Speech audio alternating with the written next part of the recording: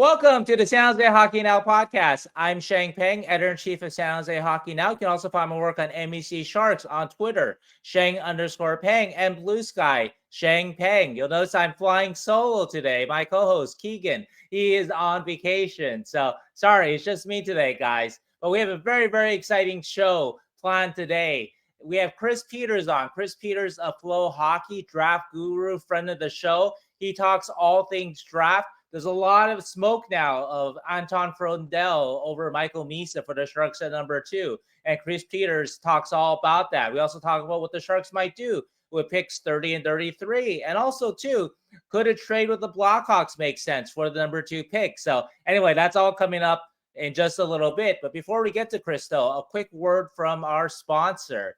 Sponsor, Bring Hockey Back, bringhockeyback.net.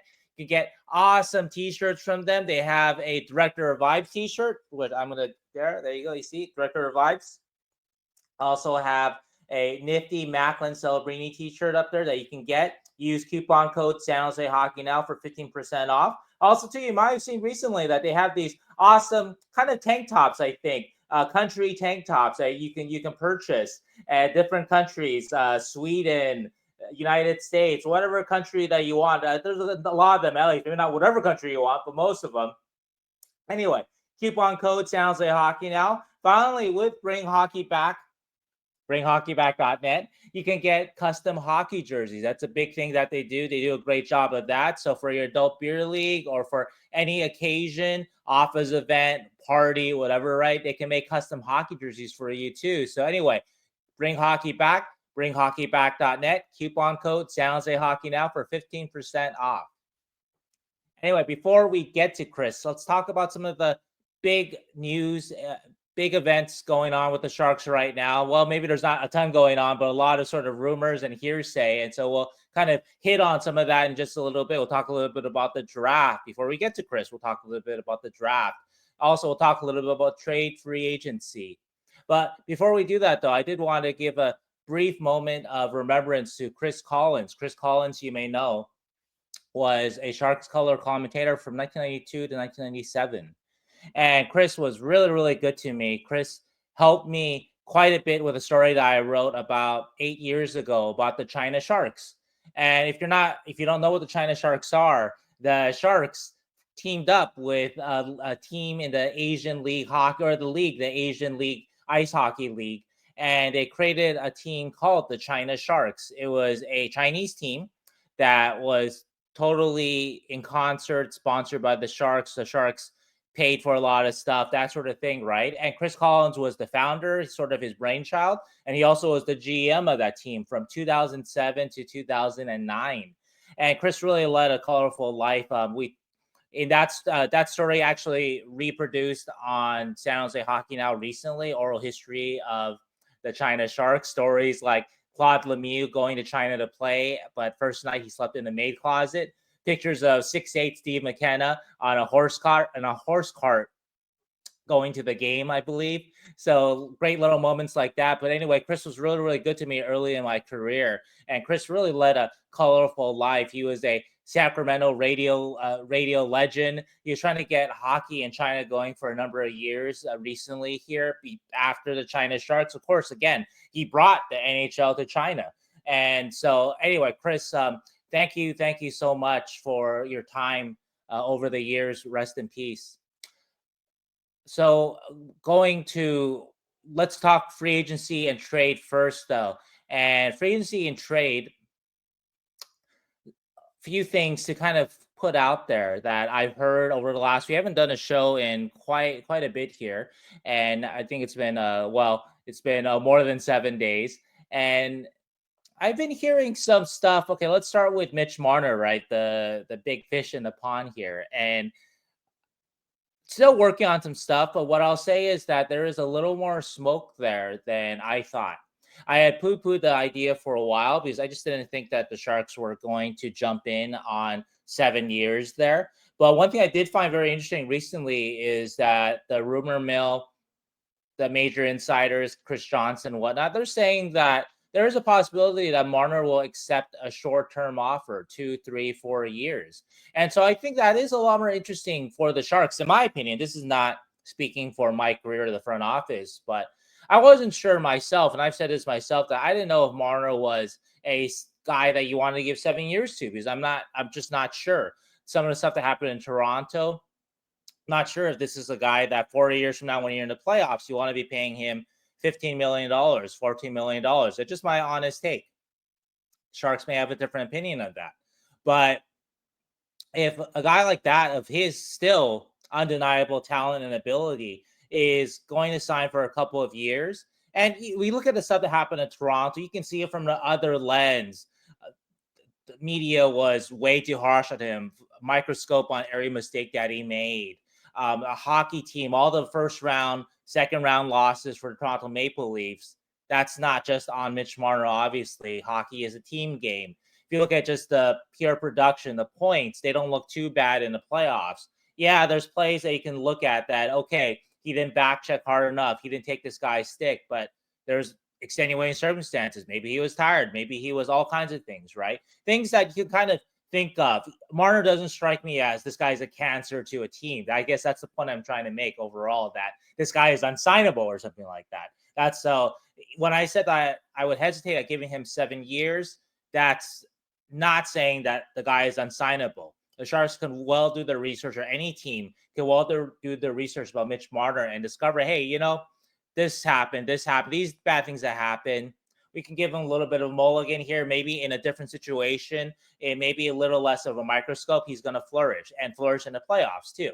And so I think that you can talk yourself into that. That's very believable. Not even talking yourself into it like you're tricking yourself. But for the Sharks here, though, that if you can bring a guy like that in for 2, 3, 4 years, and you do the checks, he's good in a room. Obviously, you talk with Patrick Marleau and Joe Thornton, who played with Mitch Marner, and there's that inside track there. And you talk with other people, and you say, okay, whatever happened in Toronto, we don't put it all on him, and it's going to be a fresh start in San Jose, and he's going to do just fine here, right? And so I think 2, 3, 4 years, that is kind of interesting. I think that sounds more like that could really fit in with the Sharks. That could be a win-win, obviously, for the front office too, in terms of that's going to elevate the Sharks instantly as a team. And for Marner, betting on himself 2, 3, 4 years of the cap, he can be making even more money. And so I think that kind of made me kind of think, okay, maybe there's a little more legs here. And so anyway, I don't think it's going to happen. I think he's going to have better choices for similar money, even if the Sharks are in the pool for him. But it just makes me go a little more than I thought maybe 2 weeks ago. One thing that in this kind of course of the last couple 2, 3 weeks, since the combine, since talking to a lot of people, free agency's coming, a thing that I'm asked a lot about is, what are the Sharks going to do? People are very, very curious about their next step. And someone did ask me, I think this is a very, very good question that someone asked me that I wasn't sure about, but someone asked me, how long is Mike Grier's contract? And I haven't figured out the exact number of years yet on that, but generally, though, a GM signs a 4 to 5 year contract when he comes on board. Now, Mike Grier was not exactly, he didn't come in like Ken Holland to call his shots or call a shot or whatever. So I think it's safe to assume that he probably has a fairly standard contract with the Sharks. And so if it's 4 or 5 years, well, if it's 4 years, we're actually coming up on, this is year 4 coming up of Mike Grier as GM of the Sharks. Or even if it's year 5, or if it's a 5-year contract, well, year 5 is not that far away either. So it has been suggested to me that there could be a little pressure there too, be it from the contract, be it from above. And so that's something that I wonder about too, with what Mike Grier is going to do this summer. Obviously, you don't want a GM to make decisions based on that kind of pressure, but I think it's a real thing though. And it's kind of a thing to kind of consider. So I just kind of put that out there. That's something that was asked of me. And I think that it is an interesting question. And it's something that I'll kind of keep. Teams are pretty secretive about coach contracts, about GM contracts, right? And so it's not always like just ask and the answer is out there. But the answer is out there. And so I'm going to kind of work on that a little bit. But anyway, moving on from or going further with the free agency stuff beyond Mitch Marner, beyond Mike Grier a little bit. One thing in conversations the last couple of weeks that has sort of come up, maybe even suggested to me, is that maybe there is a kind of a, how do you say, speaking specifically of the defenseman, and that's kind of where I've done a little more of my digging into the defenseman and what's going on with how the Sharks are going to basically repair their league worst defense that got worse in season after they traded Jake Wallman and Cody Ceci. And I think it's interesting in sort of, at least I find it interesting in conversations I've had with different people around the league, that right now the Sharks don't seem to have a ton of interest in sort of middle class UFA defensemen that you would think they would have interest in. Basically, kind of bridge kind of guys, kind of like Wallman. Wallman had, when the Sharks traded for him, he had 2 years left on his contract. When they traded for CC, he had 1 year left on his contract. So guys like that you think would be nice bridges while you wait for Sam Dickinson to develop, while you wait for your kingpin defenseman to arrive via the draft or become available in trade. And there hasn't seemed to be, from what I'm hearing, what I believe, that much interest in sort of that middle class of UFA free agency. And I actually wrote about that a little bit, maybe a week ago.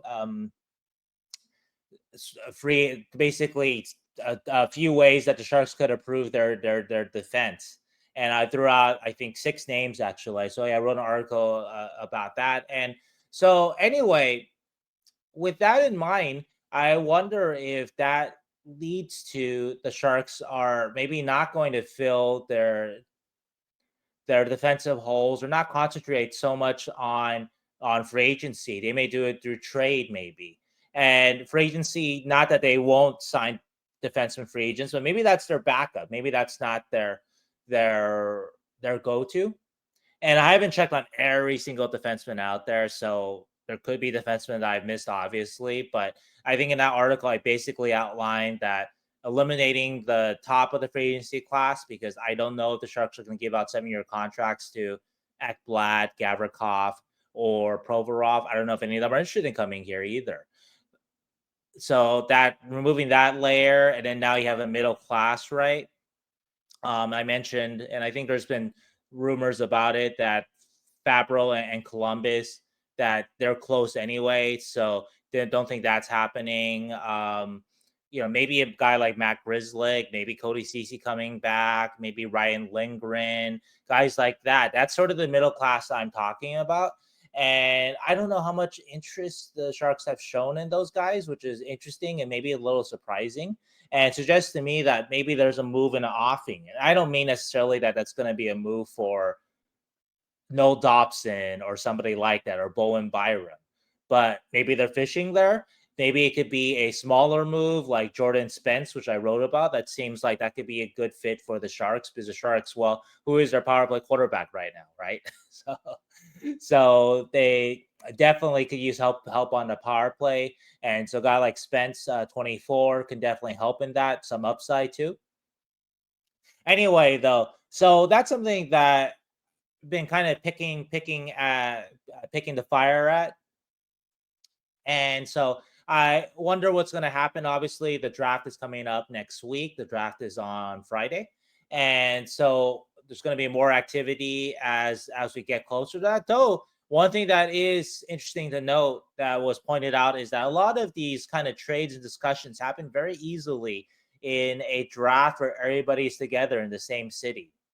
And that's not going to happen this year. This year, with a decentralized draft, all the teams will pretty much be in their individual cities.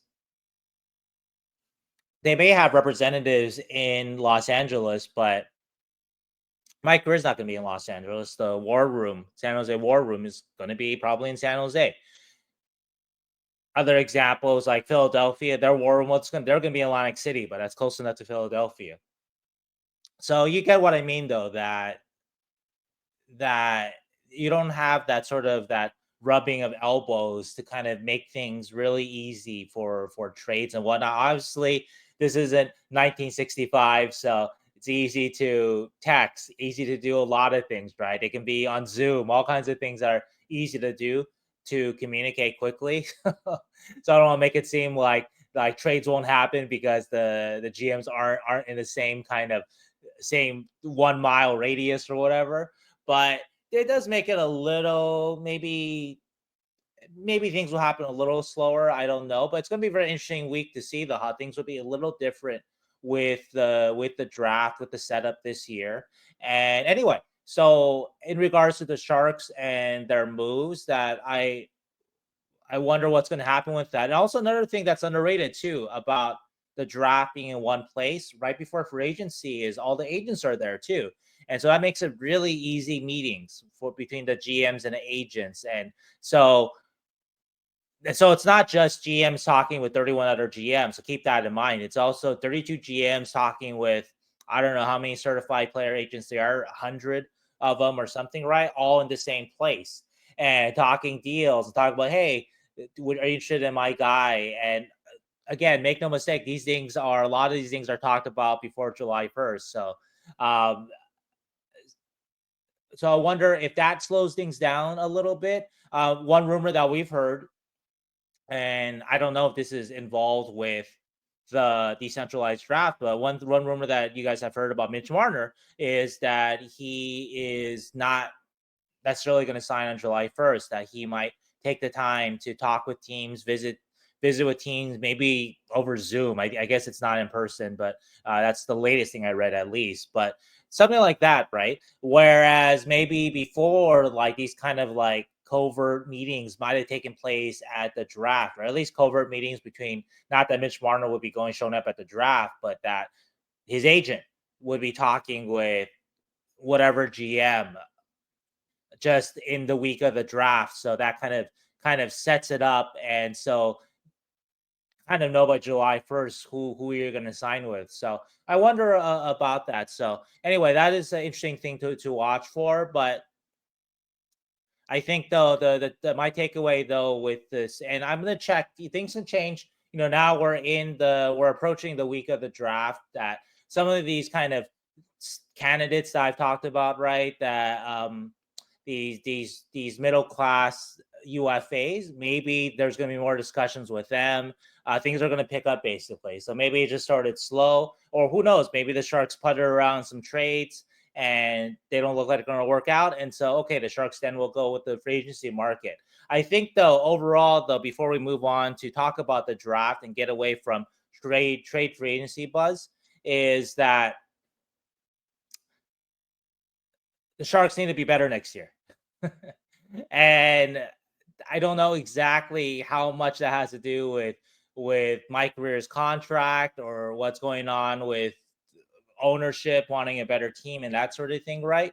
But the Sharks cannot be a 52 or 54 point. I forget. I blur out these last two seasons the best I can, but they cannot be that this year. And if they are that this next year, then maybe Mike's going to be on a hot seat, to be honest, because all the nice pieces that he's added, but eventually, obviously, there's got to be results on the ice. And it doesn't mean the Sharks have to make the playoffs next year. I'm not suggesting that at all, but they have to be, I think, noticeably better. And the improvement is going to come from within, obviously, from Macklin Celebrini, from William Eklund, from Will Smith, from Yaroslav Askarov, from, you hope, Luca Cagnoni, Shakir Mukhamadullin, and so on, right? The Sharks have obviously many, many excellent prospects, many, many hopes, many, many futures, but it also has to come from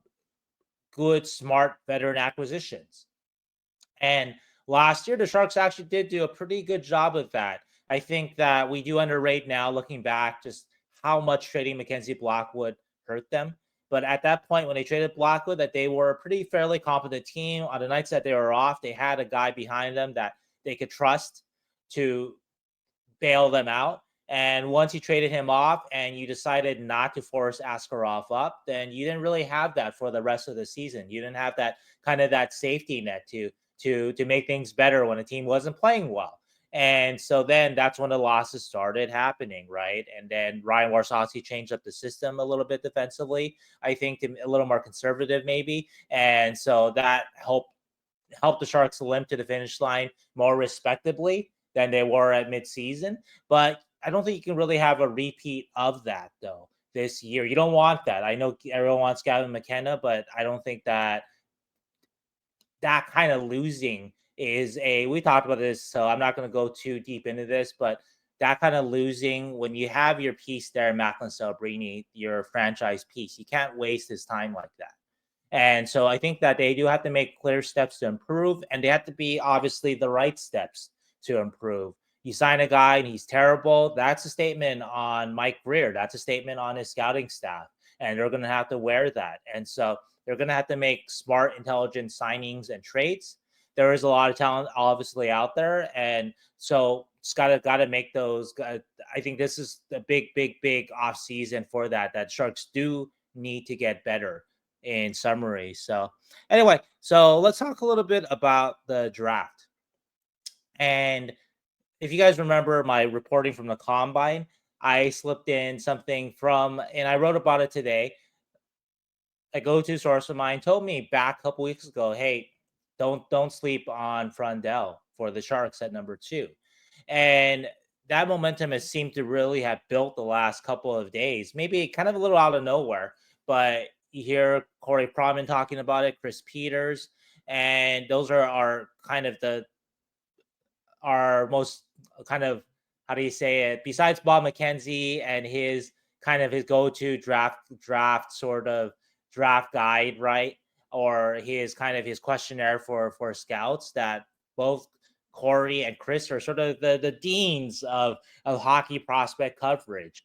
And it's not them thinking this, right? This is their intelligence talking to scouts and other league sources. And so this is what they're pulling, that there is more momentum for Frondell than maybe we thought 3 weeks ago or 3 months ago or whatever, right?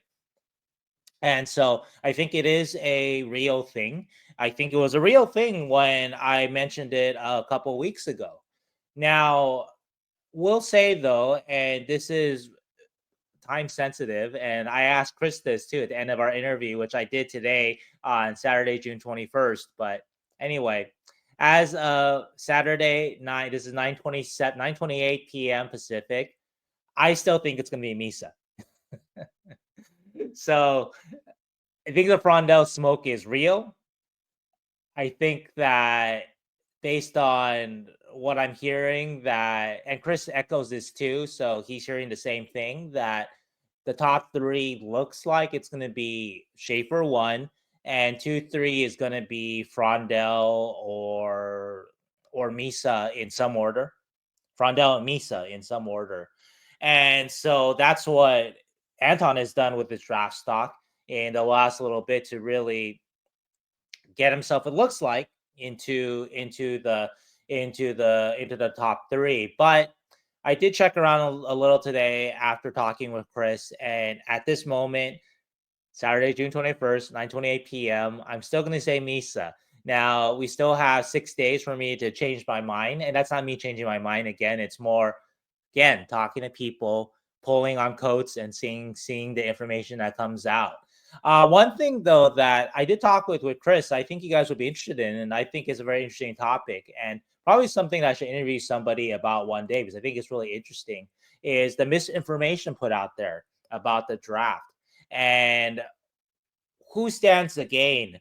So this kind of Frondell momentum, who stands to gain from that being out there, right? And so I wonder about that. I'm not really sure. Chris had an interesting speculation, one that I think if you are a Misa truther, you're not going to like, but I thought it was very, very interesting one. The other one that I thought was that we've assumed all along, rightly or wrongly, that the Blackhawks really want Misa. And maybe the Blackhawks want Frondell. And maybe the Sharks are putting that smoke screen of Frondell because they're trying to work a trade. And so anyway, I just thought of that literally on my drive back home today. But it is fair to ask when this information comes out. Now, I wouldn't put that in my story if it didn't come from a source that I trust, but I don't know exactly who my source talked to. And he shouldn't tell me that because that would be a mistake on his part. He shouldn't be selling out his sources, just like I shouldn't sell out my sources. But a lot can kind of, I trust the person I talk to. I trust he's not just feeding me crap to, for whatever reason, for his purposes or for some team's purposes. But it doesn't mean that that can't be happening to him and he may not know. Who knows, right? So there's a lot that goes on with this, right? And so it's going to be very, very interesting to kind of see kind of what is the end of all this, but also too, like I said, think about when these things come up. Well, who can benefit from this? Why is this being put out there? It's worth thinking about. And sometimes it could be just as simple as to that from the beginning, the Sharks have liked Frondell more than the public sphere has liked Frondell. Or it does seem that the more you talk with, and not talk with, I'm not just talking with like the writers, guys like Corey or Chris, but talking with scouts, that difference between Misa as the top forward prospect and say Frondell or Denue or Martone or Hagens and what have you is not as far as some of the comments I read online are, I think, pretty out there. I don't think it's that kind of difference, guys. That's just talking with, again, scout guys who watch these players for a living. Their living is to assess these players. So this isn't passing up Macklin Celebrini to draft Beckett Seneca, for example. Not even close. Not even the same breath. And so I think that every sort of talking with people that this discussion with Frondell and Misa is a legitimate one. Now it's still think it's going to go Misa, but it doesn't mean that this discussion is just kind of meritless or that are you guys stupid? Look at Misa. Look at what he did in the OHL, 134 points. What kind of idiots are you to even consider Anton Frondell? And of course, that takes away from the fact that Frondell broke records in Allsvenskan for a U18 player, the most points ever for a U18 player in Allsvenskan. And that's, I think, better than William Nylander, not Alex. Jesper Bratt, Philip Forsberg, guys in similar positions off Svensken playing against men, Swedish second division as a 18-year-old or under. And that's really impressive. That's really, really, really impressive. And actually, Chris brings up a similar example of how he underrated something that Barkov did in Liga as a teenager and how that is meaningful because even though Frondell did do it in less games, and yeah, Frondell was injured this year and Frondell did not have a great U18s, but Frondell produced against men. 25 points in 29 games against men is arguably more impressive, or at least it should be considered in the same caliber for sure as Michael Misa dropping 134 points in however number of OHL games. And I think that's all a very, very good point. Anyway, beyond the stats, so I don't want to get too into that because we're now kind of weighing junior stats and those are of kind of debatable merit, right? How much they mean, right? But in terms of translatable skills, obvious translatable skills to the NHL, and Frondell has arguably, according to the source that I spoke with the story that I put out today, and best shot in the draft. And not just my source, very clear to say, it wasn't one of those shots where, yeah, he can mosey along past the blue line and beat a goalie from when he crosses the blue line, which he called that's like junior league stuff. Yeah, you can do that to crappy goalies, but it's not going to work in the NHL. But he talked about with Frondell, legit one-timers on the weak side that you see in the NHL. Power play always tries to set up that weak side power play, or sorry, that weak side one-timer. and that's going to play in the NHL. And he also gave Misa a lot of credit too. Misa's shot, he says, is underrated too. So I want to mention that. This isn't, I'm not trying to sell you on Frondell, but I'm just trying to tell you that, at least according to a source that I really, really trust, and not just his assessment of sort of league matters, but also too his ability to assess talent and young talent and to project off of that too, that this is a actual real legitimate conversation. And you may not believe it, you may whatnot. You can do whatever you want with that information, but I would say that I would not put it out there if I did not trust where it was coming from. And I'll leave it at that. And so, regardless, at 9:35 p.m. Pacific, I still think on June 21st, I still think that it's going to be Michael Misa at number 2 to the Sharks. But stay tuned. We have 6 days to the draft. I'm going to keep pulling on codes, see what comes out. When the information comes out, I'm going to parse it and try to figure out if it makes sense or not. And I'm not just going to give you exactly what I hear, because that is rumor mongering. So try to be careful about it the best I can, and try to give you kind of an inside scoop on things. And hopefully it ends up right. And it's not egg on my face, of course. But anyway, so shorter episode today. Not a lot tangible going on with the Sharks recently. Just a lot of build up and lead up to the draft. So look forward to on Tuesday. I believe Mike Grier is going to have his pre-draft availability. So look for that. Keegan should return next week. The plan is for him to put out his draft rankings, his draft list. And so hopefully we have a chance to put that out. I will be in the draft in LA. And so maybe we'll record down there. I don't know. I got to talk to Keegan about our plan. But anyway, Keegan will be back next week. It won't just be me talking into the wind, flopping my gums. And Chris Peters coming on right now. Great interview. Good time. So enjoy, Chris. All right, this week we welcome NHL draft and prospects expert Chris Peters to the podcast. Chris Peters, big friend of our podcast. Chris is the senior content creator for Flow Hockey. He also hosts the Called Up podcast with another friend of the show, Cam Robinson. And Chris is here to talk all about the upcoming draft, who he thinks the Sharks might be interested at picks 2, 30, and 33. He's also here to do an early victory lap about Macklin Celebrini, because didn't Chris tell you so? Last year, Chris said that the Sharks getting the number 1 pick in the draft lottery, it could be as important a day as the Joe Thornton trade. Anyway, welcome back, Chris. Hey, good to be with you, Sheng. Thanks for having me, man. It's yeah, I'll take that victory lap, but I don't think I was stepping too far out on a limb with that one. At the time, though, in May when the draft lottery happened, people weren't as sure. And I think now after seeing Macklin for a year, I think people are are more sure about it. So anyway, let's get to the top of this draft here. And the Sharks want Matthew Schaefer, but they won't be getting him, right? I don't think so. I mean, the thing about this draft is it feels like anything can happen. I just think that the one thing that probably won't happen is Matthew Schaefer going anywhere but number 1. Don't really have any indication that, that New York is going any other way.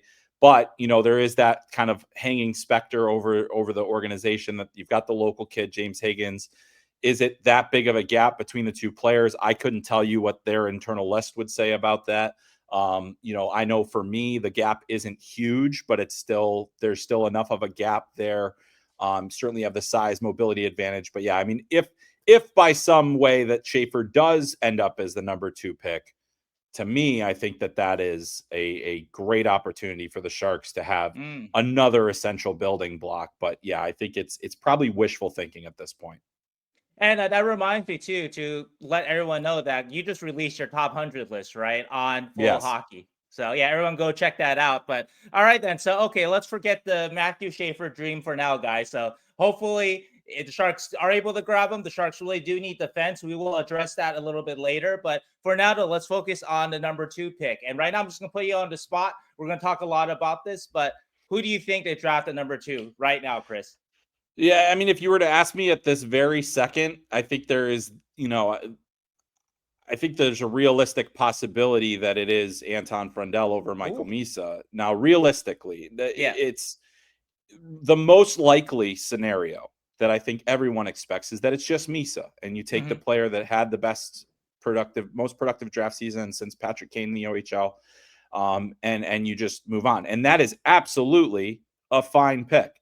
I think the difference is they're two very different players. I think that with, and to me, I actually think that having Celebrini, who is such a good two-way center, kind of gives you maybe that flexibility to go with that flashier offensive performer. But I think there's also value in having two strong two-way centers. And I think that some teams feel that Frondell is the better of the two in that regard. The other thing about Frondell is that there's not a lot of feeling that you're giving away that much offensive potential. He had the most productive season for a player of his age in the Allsvenskan on a per game basis ever. And so that is not anything to just kind of just slough off, basically, because I think that is significant. I do think I do think that the players are probably going to go 2-3 in this draft. I'm just less certain today about the order in which they will go than I have been at any point in this process. I've talked to a lot of scouts around the NHL and asking how do they feel about this possibility, and they have said everybody is waiting to see what San Jose is going to do. They're not convinced that it's absolutely Misa. And so in my most recent mock draft, I did mock Frondell there. Now I'm going to do another mock draft where I'm going to get more information, and that's the way it goes. Yeah. But the one thing I tell everybody, there has never been one team that has said to me before the draft exactly who they're going to pick. Some maybe have hinted, some maybe have at least, but there has never been one team that has told me we are absolutely picking this guy. And that's because that's not how it works. And I wouldn't expect to get that information. It's some of the most protected information that there is. But as you talk around, and the scout gossip circles actually have been a little more accurate in the last couple of years, there's at least they are waiting to see. And the other thing, Sheng, that's been interesting that was brought to my attention, because somebody that covers the draft, I do not gamble on the draft. I would never do that. And I also would not give betting advice. But they did tell me the line has moved a little bit in terms of Frondell being the number 2 pick. I think it was something like, plus 1,000 or more. And now it's moved to plus 600. And then Misa has moved slightly down to minus 800. So it's still, obviously, Vegas thinks that Misa is going to be the pick, but the line has moved. And that's not indicative of anything in particular, but it's fascinating to see that happen at this stage. We saw similar things happen when Uri Slafkovsky was picked first overall. There was some late movement because more mock drafts started kind of saying, hey, maybe Shane Wright isn't going to be the number 1 pick. Right.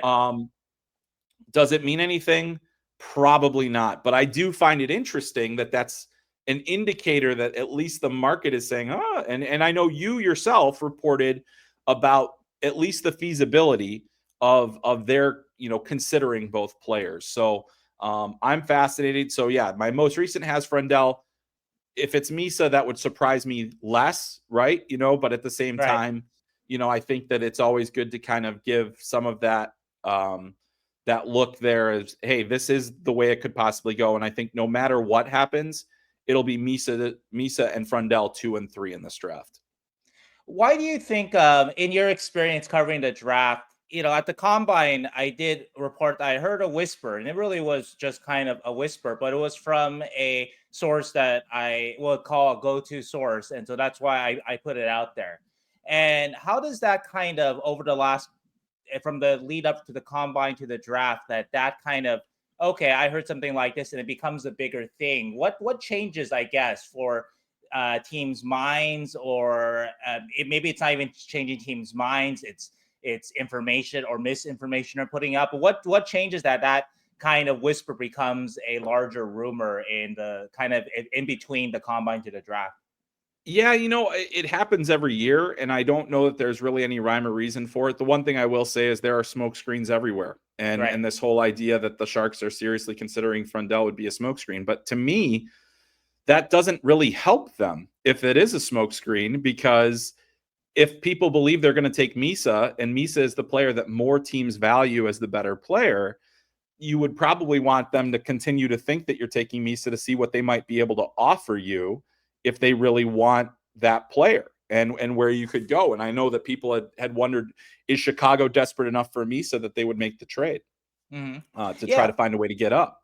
And so, but that's the interesting thing, is now everybody's kind of in a holding pattern because they're like, hey, this is interesting. I think one of the reasons that this stuff comes out after the draft is that all the guys are around each other a little bit more, and they're seeing what's happening, and they're seeing who's talking to who's taking who out to or dinner. after the combine. Yeah. Or after the combine. Right. Sorry. Yeah, my bad. Yeah. But that's kind of the way it goes. So I think that that's part of it. Obviously our information, it gets a little bit more refined. All those final meetings have happened.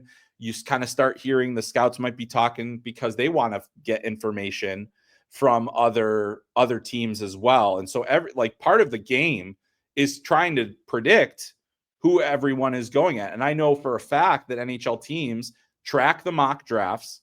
They also are tracking who has been the most accurate in terms of that, where because they're trying to get data on if any of these could be helpful to them.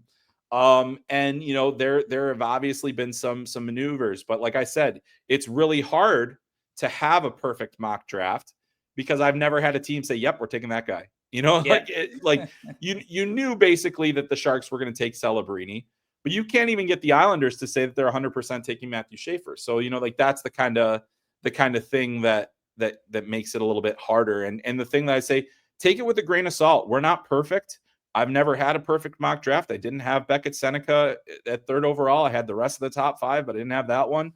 So that's kind of the way it goes. So and like I said, I'll be doing another one as the information improves or gets more cloudy. You never really know.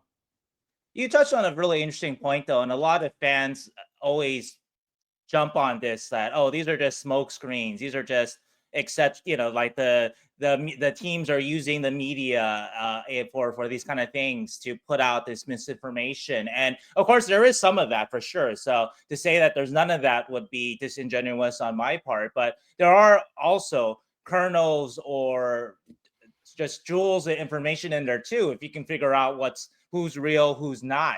And so anyway, I wonder in this, I'm sure you've thought about this. I've been thinking about this over the last couple of days since it's been kind of more broadcast that maybe it might be Frondell. I think Corey Pronman said on Thursday. You and Cam talked about it on Friday on your Call the Podcast. And so who benefits from that?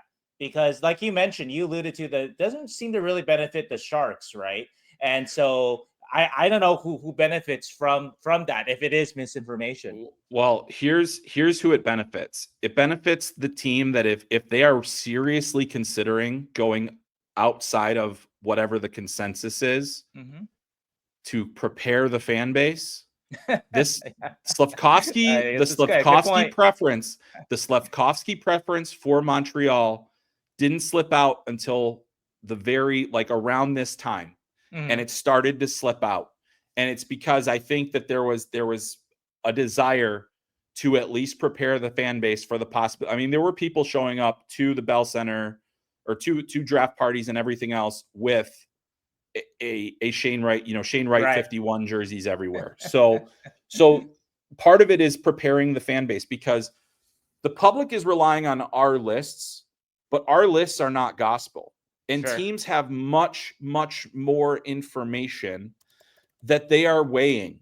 And part of it is team fit. Like the thing about Misa at this point, the thing that I talked about this on my own podcast, the argument for a Frondell over a Misa is you already have Will Smith, who is maybe a center, maybe a wing. Now you'd have Michael Misa, who is maybe center, maybe a wing. I think those are two high-octane offensive performers.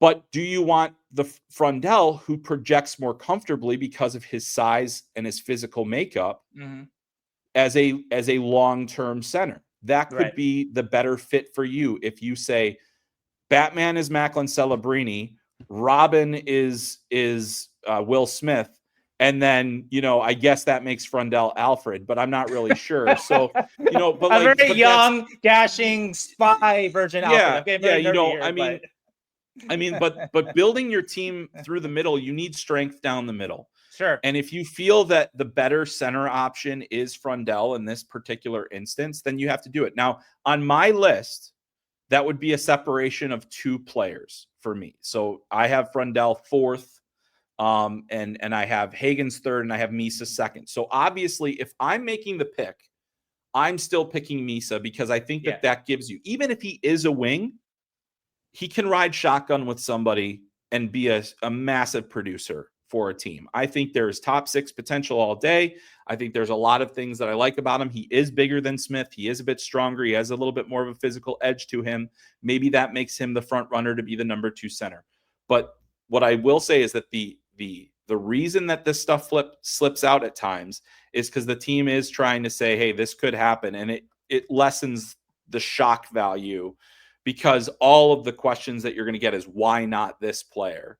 And I think the thing is if, let's say, San Jose passes on Misa, I think Chicago would be ecstatic. Like, that's the thing. And you also kind of put that into the realm. But I think, like I said, it could all be complete garbage, and teams are just kind of sitting on pins and needles waiting to see what will happen. And maybe Mike Grier loves, keeping him on edge. It's not like he's going to come out and say who he's going to take. But I still am fascinated. The thing is that when you're picking second, you have good options. And I don't think it's a massive overthink, as some fans might, that it could be Frondell. Because I think the gap is really not that far. I would be concerned. I think there is a higher risk in Frondell because of the inconsistency that we saw this season. But again, you kind of look at Michael Misa, him having the production that he had. I was like, well, what if we put James Higgins on the London Knights? I think we probably would have seen a similar level of production based on the way that we've seen him play over the last couple of years. And Misa, as an exceptional status player, was in his 3rd season of junior hockey. He's progressing at a level where we kind of expect it. And this year he was on a team where he had to be the guy, whereas previous years he was kind of more of a bit player. I think the Sharks are in a great position here no matter what. I think it can go either way. And I think ultimately they'll be ecstatic about who they pick.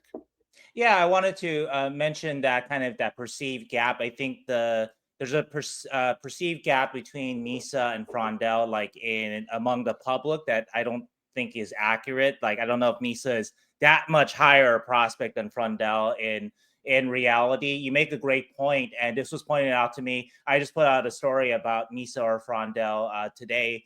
And my source mentioned that, hey, if you put Frondell in an OHL and he's kind of carving up guys of his age, unlike in Allsvenskan, that he maybe pops in numbers similar to Misa, and there's not as much talk about his inconsistency. One thing that people do point to with Frondell is that he did not have a great U18s, but it was also pointed out to me that, hey, he had just helped lead Djurgården back to the SHL. So he flew directly from that to Texas for the U18s. And so that might have played a large element in that. Yeah, and he landed 2 hours before his first game that he played in that tournament. Okay, I didn't know that. Yeah. I interviewed him right after that. And the other thing too, that, like, you talk to the kids that have been around him in the Swedish program for the last couple of years, and they think he's the best thing they've ever seen. Like they don't, there's not a guy, and again, that's all relative, right? So it's their perspective, but he's always been the best player in his age group. He's always been the guy that everybody kind of looks to as the future. And the other things that kind of disrupted his season, he was injured early in the year. He missed the Hlinka Gretzky Cup. He did not end up getting into contention for a spot on Sweden's U20 team, though I think based on their results, they probably should have taken him. But there's a lot of that out there. But yes, I think we're not comparing apples to apples here usually, obviously, especially when we're talking OHL versus Allsvenskan. And the fact that Frondell outproduced everybody in Allsvenskan, like I'll give you one example. Like, I didn't really understand historical context when I first started doing this, and back in, like, Alexander Barkov, now Liga in Finland is a better league than Allsvenskan in terms of the quality of competition. But Alexander Barkov, Alexander Barkov had the most historic season in Liga for a player of his age. And I didn't know that really. I didn't understand that at the time. We didn't have that. We weren't looking at that kind of data. But that would have obviously made a significant difference in the evaluation that I did. And this was like the first draft I think I ever did.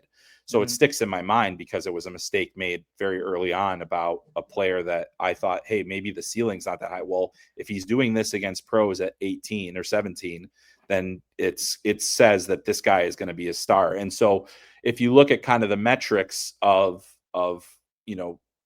projecting out the production, it's, Frondell's is comparable to Misa's in terms of overall NHL equivalency. So if you want to read into that, which I think there can be problems with that, but either way, it's another data point. Boy, though, I hate the idea, though, that anytime I talk up Frondell, that we're doing the team's work for them. We're prepping the Sharks fan base for this off-the-board pick.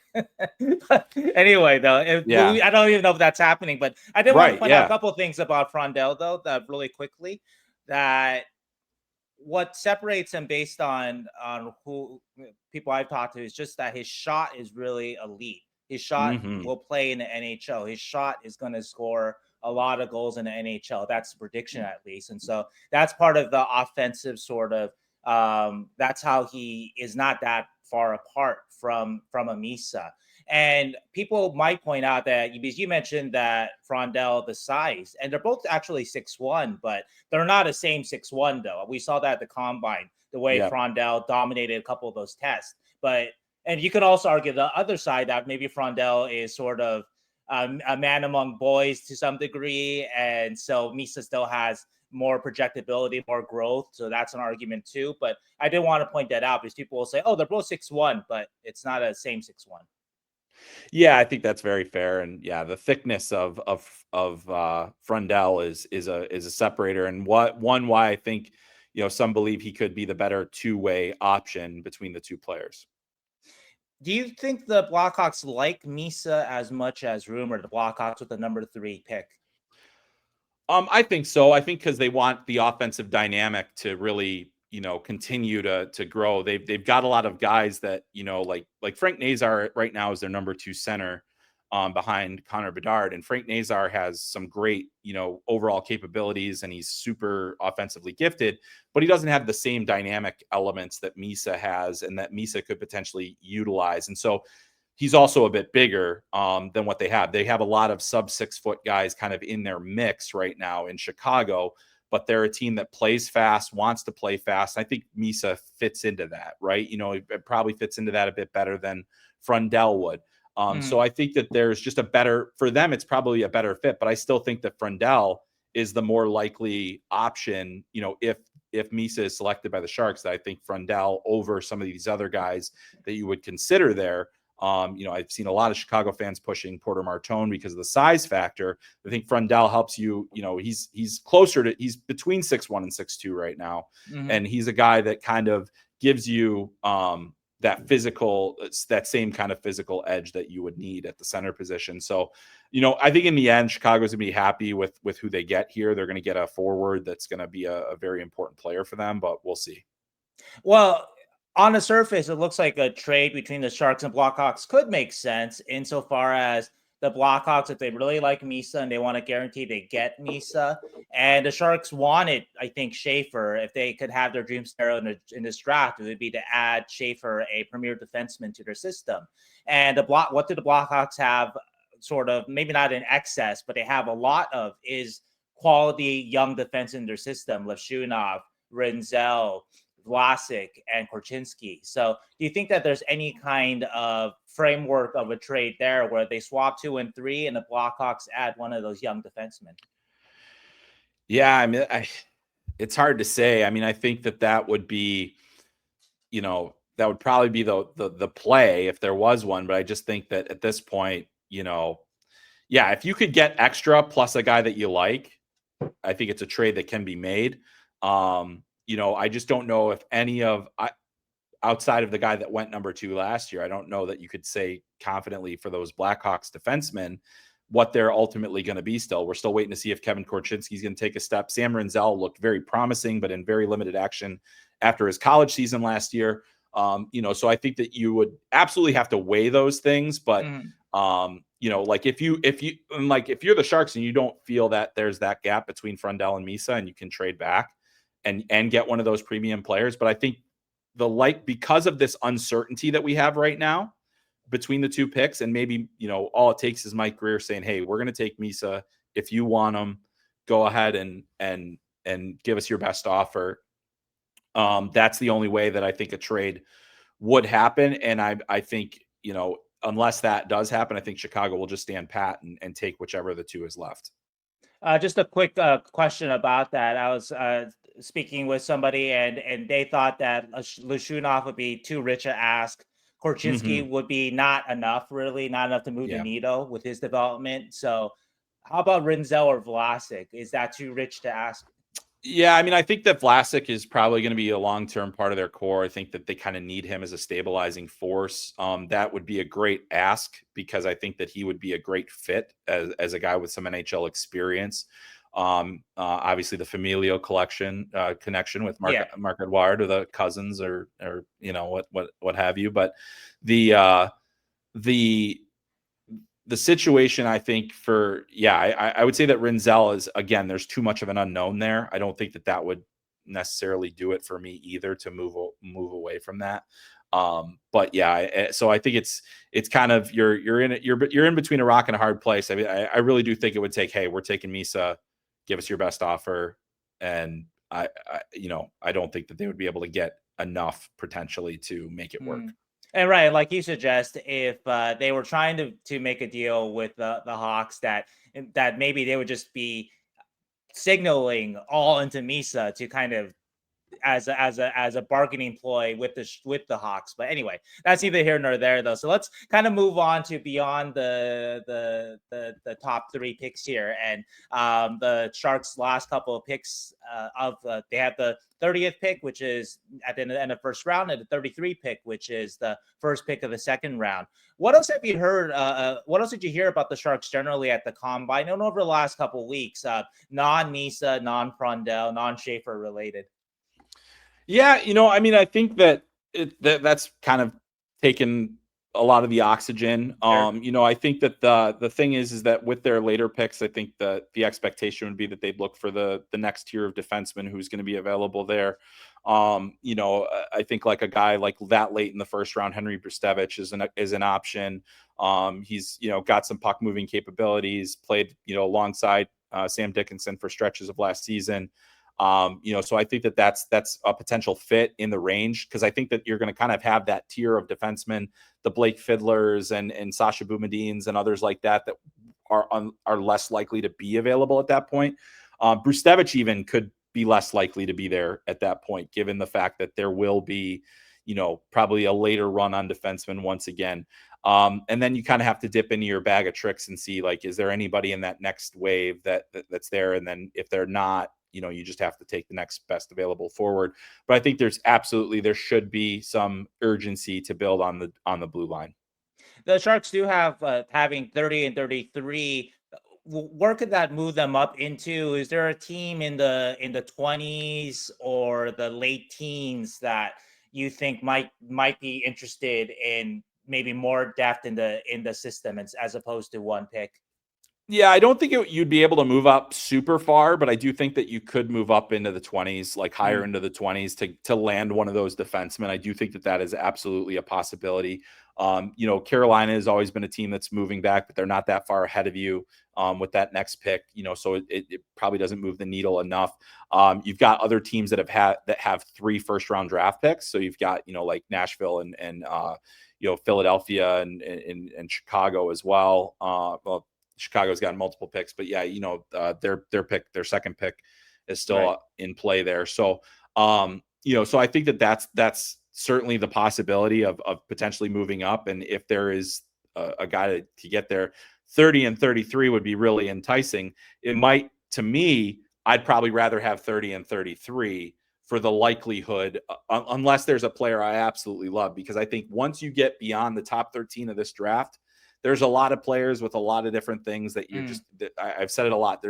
there's a lot of guys that are easy to like. There are many more that are hard. It's just they're not easy to love, so you're not going to really have that opportunity, I think, to make an impactful draft pick. So I would probably rather stand pat, unless, like I said, unless there's a guy you have tremendous faith in. Stand pat, take those 2 picks, use those as needed. Or, if there's opportunities to find something a little more definitive, I would potentially consider that if there's a team that wants to get into that first round still. So I'm sure they'll get offers for both of those picks. And I'm sure that they'll have some ideas about what to do with it. During a year of the Mike Grier regime, they've picked a big skilled power forward winger type in the late first or early second. That's Cam Lunn in 2022, Quentin Musty, Casper Houghton in 2023, and Chernyshov last year. And so wingers are not the premium position of the draft. So maybe they've identified kind of a market inefficiency, because let's say Chernyshov. If Chernyshov was a center and didn't get sunburned, he would have been much higher in the draft for sure, right? And so anyway, yeah. So anyway, anyone kind of fit that bill this year in terms of that kind of skilled winger that might kind of drop because for whatever reasons? Yeah, I mean, I think Danil Prokhorov is a guy that he's 6'6" and Russian, and so I think that there's a lot of intrigue about him. He hits and he scores. His numbers weren't amazing in the MHL this year, but you see that size profile, you see the shot and the scoring ability, and I think that that's a real potential landing spot for him, is to be with those guys. To be. If he's still available, I think he could go higher than we expect, but I think that's the kind of player that you could potentially look at. Mason West, the guy who's got he's a center, but we'll see if he's long-term center. He plays center in high school. 6'6" again. We're talking, there are so many of these bigger players. Vaclav Nestrasil. I mean, there are guys that are 6'5" or bigger that you take swings on, and those are the guys in the later portion of the first round, early second round, that you have a chance to get some value out of. Maybe that, like Nestrasil is a guy that, very well could go higher in the draft. But I think that there's a lot of intrigue in that next tier, that those guys, because there's a lot of big players. There's a lot of, guys that could potentially be depth centers long-term. So there's going to be a lot of options, and I'm looking forward to seeing what the Sharks do. Yeah, Mason West is an interesting one. Obviously, he's a kid who's going to play quarterback at high school for one more year. But he was interesting because I asked him at the combine if the Sharks, I thought this would be a no-brainer. I asked him if the Sharks interviewed him, and he said no. And I thought, no, that doesn't make sense to me. And I don't think the kid's lying to me, but like, there's something there about, again, how important are these interviews? How important are these dinners? Yeah, I mean, there have been plenty of times where a player never spoke to the team and they pick them, or they spoke in season, right? Like, or they spoke in right? season, Yeah. and I mean, like, the thing is like, played in Edina, played in the USHL. Obviously, the Sharks have coverage in both Minnesota high school and the USHL. So there's always those options. But yeah, you're right. I mean, like, sometimes those interviews, you wonder how much stock to put into them. They matter. There's no question they matter. I think that's another reason why we see movement after the combine, is that, some players rise or fall based on how they perform there and how they interviewed there. But yeah, I mean, I think that there's just such a host of options that you really can't rule anything out when you're talking about, especially that 30 and 33. And just one more for you. This is from Keegan, who isn't here because he's on vacation. But anyway, he just wondered about a few guys and just quick thoughts about them and where they might fit the Sharks. And Horkoff, William Horkoff, Kindo, I think it's Benjamin Kindo, Frolov, the goalie, Epperson, who I believe was Misa and Chernyshov's line mate in Saginaw, and Cameron Reed. So any kind of quick thoughts, fits with the Sharks for those 5 guys? Yeah, well, I think let's start with Reed, because I think he's probably going to go in the either the late teens or early 20s. So I think it'd be tough to get a player like him, but he's a really good puck moving defenseman. I think if you are going to move up into the draft, that would be a guy to potentially target. He's 6 foot even, really good mobility, high end hockey sense. Really like what he brings to the table. The other guys that I think you could potentially look at, that Keegan asked about, Ben Kindle, 99 points in the WHL this season. Again, cerebral playmaker, doesn't have the size, but if you're building the team that the Sharks are with the group of big guys that you have, it doesn't hurt to have some more of these undersized skill players that are going to be able to get them the puck, or that you want those big guys to go get the puck for. So Kindle is a real interesting one. Played for the Calgary Hitmen this year, and if he was bigger, I think we'd be talking about him in the teens. Even maybe if he was even 5'11", just 6 foot, we'd be talking about him a little bit more because he is such a tremendous playmaker and a cerebral player. Frolov, the goalie, is one that I have been hearing more recently. Is some teams have him ahead of Joshua Ravensbergen as their top goalie. Oh, wow. Okay. I haven't been able to figure out exactly who those teams are, but it's just one of those things. Like, the goalie guys are talking, and some of them like Frolov better than Ravensbergen. He's a 6'3" goalie. Russia has been absolutely churning out goalies left and right. Obviously, Askarov being one of those guys. Frolov would be a much longer term kind of player. But with his size and his athleticism and what we've seen from him in Russia's top U20 league at a .921 save percentage, he was number 2 on the European rankings for Central Scouting, but I think that NHL teams like him better because he has that prototypical size. Trying to think of who else am I missing here? Horkoff and Epperson. Yeah. So Horkoff made the switch to college hockey mid-season, which is really difficult to do. And I thought he played better in college than he did as a U18 at the NTDP. He's big. He's strong. He's Sean Horkoff's son. He's got NHL bloodlines. I think that all speaks to teams. Very mature. I think the offensive upside is limited. I think if you draft him, you're probably drafting him for a bottom 6 role, but I think there's still a ton of value in that. And I think late in this first round, that's probably where you could mine some value and get a player of that caliber. So I really like that about him. And then beyond that, I think that we've got, with now I'm blanking again. Who it is? Epperson. Oh yeah, Epperson. So yeah, Epperson, re-entry guy, highly skilled. I don't know that he necessarily had a great showing at the combine in terms of some of the interviews and different things like that. He's a guy that teams are a little bit iffy on in terms of just some of the things that, they nitpick apart. But he had a great season in Saginaw. He was very productive. I think he'll be a mid-round pick. So there's definitely fits there in terms of, that offensive potential. But like, if you were to ask me, like, who could you go up and get, if you were going to trade up, you might have a better chance at landing a Cam Reed. If you're standing pat, there's a really good chance Will Horkoff's going to be there. Same with Ben Kindle, not that big of a guy, so he could be there late first, maybe even that 33rd pick. So there are options there for them. So I think, it's nothing but good options. There's plenty there. Okay. Well, Chris, really thank you for the time. So right now it is Saturday, June 21st, 12:56 p.m. Pacific time.